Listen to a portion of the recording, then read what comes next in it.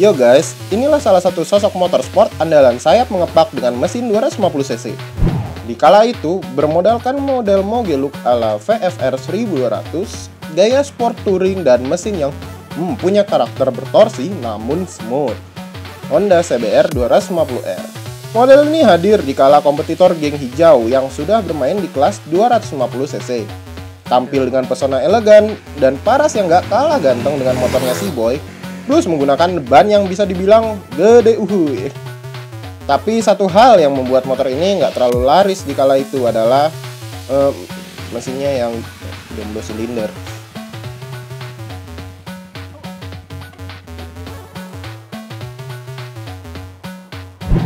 Ya, kalau memang sudah berkecimpung di kelas 250cc, sepertinya kalau cuma satu silinder itu tidak meyakinkan. Karena umumnya orang kalau sudah mau bisa beli motor 250cc itu pengennya moge look gitu kan. Jadi setidaknya motornya itu ya paling enggak inline twin lah atau enggak V-twin gitu kan. Jadi sepertinya kita butuh motor yang lebih berperforma tinggi sih sebenarnya. Jadi seperti ini nih.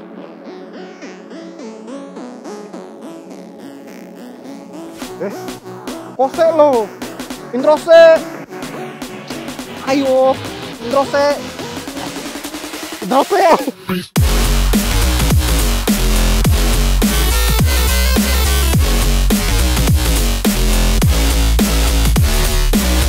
Ya, inilah jawaban dari pabrikan sayap mengepak terhadap tantangan dari geng anak jalanan, lalu juga pabrikan Garputala. Ya, motor yang cukup mewah ini itu benar-benar semuanya all new, alias bisa dibilang 100% benar-benar baru dibanding CBR yang 250R doang.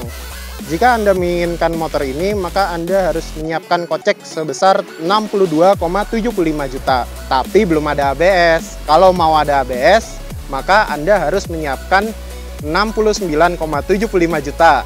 Tapi kalau Anda pengen agak sedikit banyak corak gitu kan, ada beberapa model-model stiker MotoGP, ada Ristol di sini gitu kan. Kira-kira Anda hanya menyiapkan kocek sebesar 72 juta. Jadi yang jadi pertanyaan, dengan penambahan R di belakang, seberapa bagus CBR terbaru ini? Ya, mari kita simak video berikut ini. Nah, berbicara soal desain, CBR yang satu ini jauh banget dibanding desain CBR yang lawas.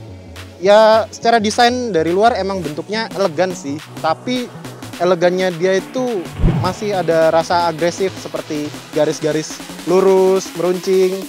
Jadi kesannya liarnya tuh kerasa gitu kan. Apalagi di bagian depan. Ini kelihatan seperti moge look banget. Apalagi selain itu juga dia dilengkapi oleh winglet. Cukup unik dan menarik ya. Menoleh ke bagian belakang, dia kalau kita tarik dari belakang masih kelihatan banget ada rasa mogenya ya kan. Soal penerangan nih, penerangan dia sudah menggunakan lampu LED, mulai dari headlamp, tail lamp, lampu sen belakang. Kalau depan ini sebenarnya DRL, tapi kalau misalnya kita nyalakan lampu sen, dia bisa jadi lampu sen, nanti dia ngedip-ngedip gitu. Terus kalau misalnya sen dimatikan, dia jadi DRL kembali. Keren kan? Nah, kalau berbicara soal kaki-kaki, ya ini emang jantungnya sportbike juga ya selain mesin. Kaki-kakinya dia juga cukup apik dan mumpuni. Lihat aja tuh, dia sudah dibekali dengan shock USD bermerek Showa. Jadi ini satu-satunya nih motor pertama kali di kelas 250cc yang menggunakan shock breaker USD gitu kan ceritanya. Nah, untuk di bagian belakang dia menggunakan tipe suspensi Prolink. Kira-kira kalau duitnya 62 sampai 72 juta itu kayaknya nggak lengkap kalau kita nggak pakai swing arm aluminium. Kalau kita menilik lebih jauh lagi, nah kita mendapatkan velg racing yang motifnya mirip sama velg racing Honda zaman dulu sih. Ditambah dia menggunakan ban ukuran 110/70 di bagian depan, yang di belakang 140/70. Nah, bicara soal mesin, ini juga jadi jantung dari sport bike ya kan. Mesinnya dia kalau bisa dibilang lebih kompak dibanding kelas 250cc lainnya. Tapi dia mempunyai tenaga yang nggak bisa dibilang kompak karena dengan mesin kapasitas 249 cc, dia sudah 8 valve, DOHC, inline twin. Dia dapat menghasilkan tenaga sekitar 38,7 horsepower pada 12.500 rpm. Lalu torsinya juga bisa didapat pada 22,3 Nm pada 11.000 rpm. Masalahnya, pas saya lihat speedometer, dia redline-nya bisa 14.000. Gila. Ini motor nggak main-main mesinnya. Lalu satu lagi yang paling penting adalah frame-nya menggunakan truss frame. Tapi truss frame-nya nggak kayak yang kemarin. Modelnya ya sedikit agak moge-moge gitulah. Lebih niat bikinnya. Nah, bicara soal fitur, di sini kita banyak mendapatkan berbagai fitur. Pertama, ada speedometer dengan LCD negatif.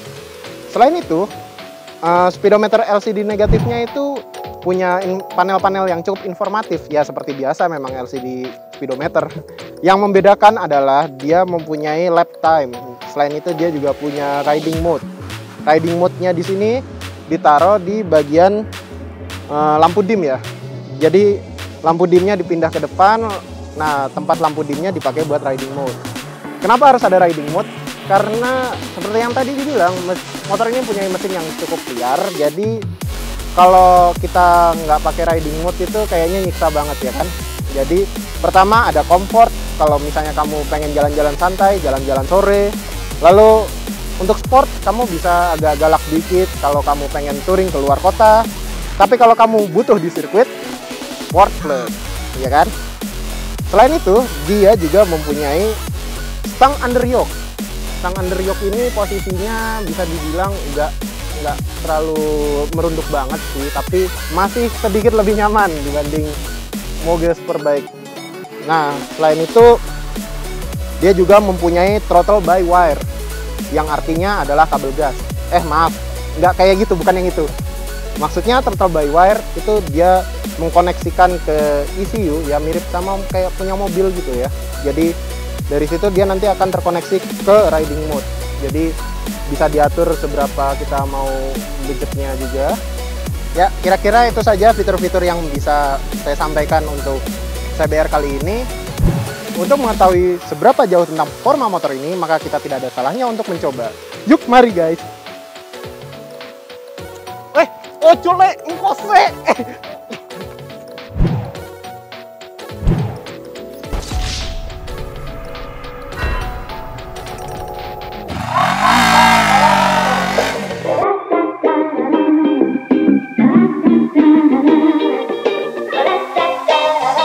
Honda CBR selama generasi ke generasi dikenal sebagai motor yang mudah dikendalikan dan mempunyai handling yang super.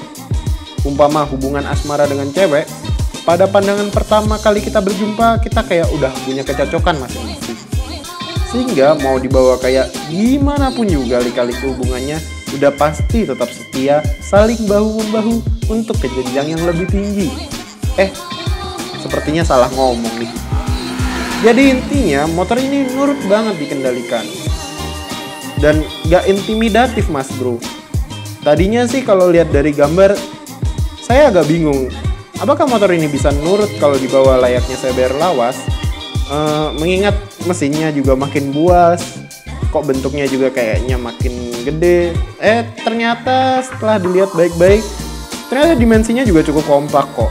Dan respon mesinnya seperti nurut, mau kita apain aja. Emang cocok kalau sama definisinya total control. Sayang, seribu sayang, hal yang pertama bikin gasrek dengan motor keren ini adalah pemakaian bannya yang masih orisinal menggunakan ERC Roadwinner. Ya, sorry to say, seperti kerasa nggak pas dengan performa dari si doi ini. Selain itu, ergonominya begitu resi. Sebenarnya ya nggak salah-salah amat karena ini motor sport kok. Tapi ya intinya ya jangan harap kenyamanannya sama dengan CBR yang lawas.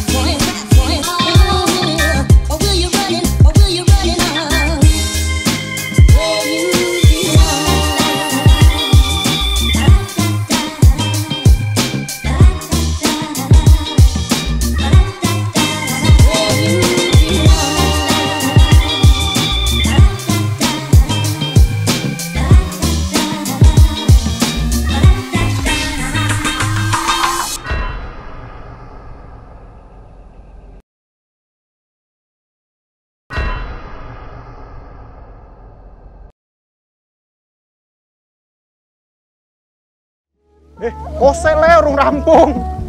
Jadi kita kan tadi belum ngomongin soal itu endingnya. Oke, sekarang kita ngobrolin soal kesimpulan. Jadi motor ini cocok buat kamu yang memang tadinya itu memilih motor kelas 250 cc tapi males jadi geng anak jalanan, maka kamu bisa pindah ke pabrikan sayap mengepak. Nah, cuma dia ada kelebihan. Pertama, kelebihannya dia itu sudah tampilannya agresif, beda dengan 250 cc lainnya.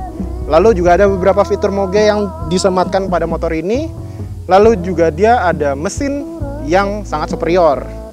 Jadi mesin ini bisa memuaskan kamu. Cuma masalahnya dia juga ada beberapa kekurangan. Kekurangan yang pertama adalah harganya yang cukup wow. Yang kedua adalah dia masih ada sedikit tricky di bagian body. Jadi mungkin secara kualitas kita masih pengen lebih baik lah ya. Kira-kira itu saja review kita dari Cars TV. Jangan lupa jika kamu ada kritik saran membangun seperti biasa komen di bawah. Lalu jangan lupa Pak jangan lupa untuk tekan tombol like dan jangan lupa subscribe, jangan lupa share kalau kamu emang suka sama video ini. Lalu jangan lupa follow fanpage kita yang ada di sini. Kita udah punya Instagram juga gitu. Jangan lupa ya. Kira-kira itu aja. Ya udah, see ya.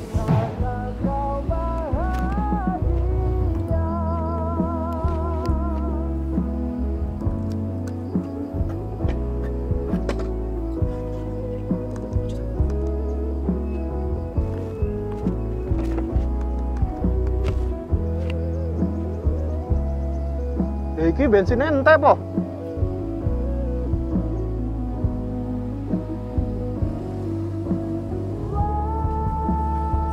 Jangkrik.